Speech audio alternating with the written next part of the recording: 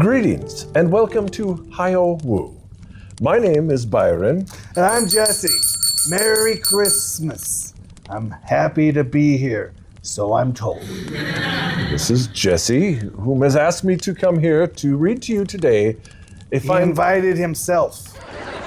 fine Christmas classic, once known as A Visit from St. Nicholas, now commonly known as 'Twas the Night Before Christmas. Fun fact, The Night Before Christmas was written by Clement Clark Moore, released December 23rd, 1823 in the Troy Sentinel newspaper.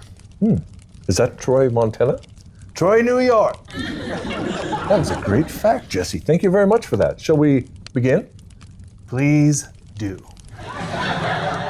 'Twas the night before Christmas, when all through the house, not a creature was stirring, not even a mouse. The stockings were hung by the chimney with care, in hopes that St. Nicholas soon would be there. It's a little known fact, Byron. Jesse, we said we weren't going to do this, right, earlier? I'm adding context. Everybody knows that context is the spice of history. See, you say St. Nicholas, but the modern iteration of Santa Claus was made popular by the Coca-Cola Company during the 30s to help sell soda water during the Great Depression. So technically, you're celebrating a marketing campaign. And besides that, St. Nicholas was a skinny bishop who threw gold coins at poor people.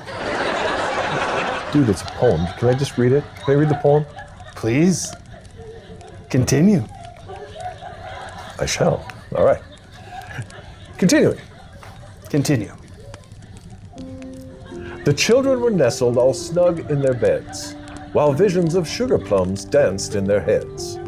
And Mama in her kerchief, and I in my cap, had just settled our brains for a long winter's I'm nap. calling BS. It'd be physiologically impossible What's impossible, Jesse? to sleep. You couldn't sleep knowing what was coming. See, in the original pre-Christian Alpine folklore, you didn't have a jolly fat man in a red suit. You had Krampus, a half-demon, half-goat covered in mange who enjoyed beating naughty children with birch branches and then dragging them to hell. I'll tell you right now, if those kids knew their history, it wouldn't be sugar plums dancing around in their head. It would be cortisol, pure terror. Dude, you are scaring the audience. I'm educating them. It's a public service.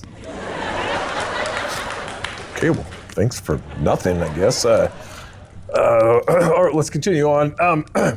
When out on the lawn there arose such a clatter, I sprang from my bed to see what was the matter. Away to the window I flew like a flash, tore open the shutters and threw up the sash. The clatter. That was no clatter. That clatter was the sound of a sonic boom. It's a sleigh, not a jet. Actually, it's simple physics, Byron. See, I ran the numbers on the napkin earlier. To visit 800 million Christian households in 31 hours, accounting for time zone, Santa's sleigh would have to travel at 650 miles per second. That's 3,000 times the speed of sound. Yeah, okay, what? Hell, the air resistance alone would heat old Rudolph up to the same temperature as a spacecraft re-entering the atmosphere. And I'm here to tell you, those reindeer ain't prancing. They're being instantly vaporized in the venison plasma. The clatter is the sound of 9 tiny reindeer exploding one by one. Poof, a poof, a poof, poof. Dude, can I just talk about the reindeer? It's a free country. I'm wondering right now.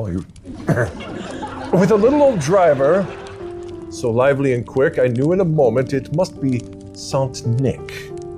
More rapid than eagles, his coursers they came, and he whistled and shouted and called them by name. It's an interesting family dynamic that they have up there at the North Pole, by the way. Don't do this, Jesse, please. You ever wonder why they keep her up there alone? Who? Isolated? Who? Miss Claus.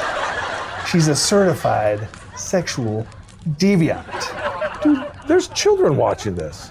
I guarantee you there's children watching this. It's the isolation, Byron. Cabin fever.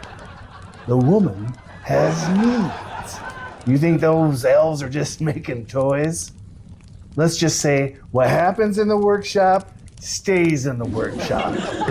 She's running a strictly adults-only operation while the old man's out vaporizing reindeer. It's basically eyes wide shut for pointy ears up there. Dude, I'm going, let's go to the end. This is getting ridiculous. Just stating the facts. As you know them. As I drew in my head, I was turning around. Down the chimney, Saint Nicholas came with a bound. He was dressed all in fur from his head to his foot, and his clothes were all tarnished with ashes and soot. And boom! That's where he messed up, right there. What, he got soot on his clothes? No, he entered a private residence in the state of Montana without an invitation. It was Santa Claus.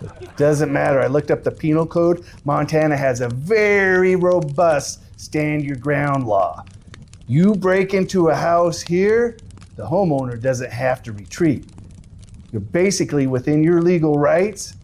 If you see a bearded fat man coming out of your fireplace at 2 a.m., to blast old St. Nicholas in the ass and shoot him right back up the flume. Dude, you would shoot Santa? What the hell? No. I'm saying that I would protect my family. It's the castle doctrine. It basically states, nor rain, nor snow, nor sleet, nor hail, nor gloom of night, ain't no fat bastard coming down my chimney tonight. I think this is done, Jesse. I think Christmas is basically ruined and over as far as I'm concerned. You couldn't even celebrate Christmas in the United States until the 19th century. The Puritans, they illegalized it. They outlawed it. They would charge you or fine you 5 shillings for feasting. See you, Jesse. 5 shillings for feasting. See ya. It's true. leaving. That was a lot of money back then. You could buy a cow. Some people. Merry Christmas, everybody. Oh.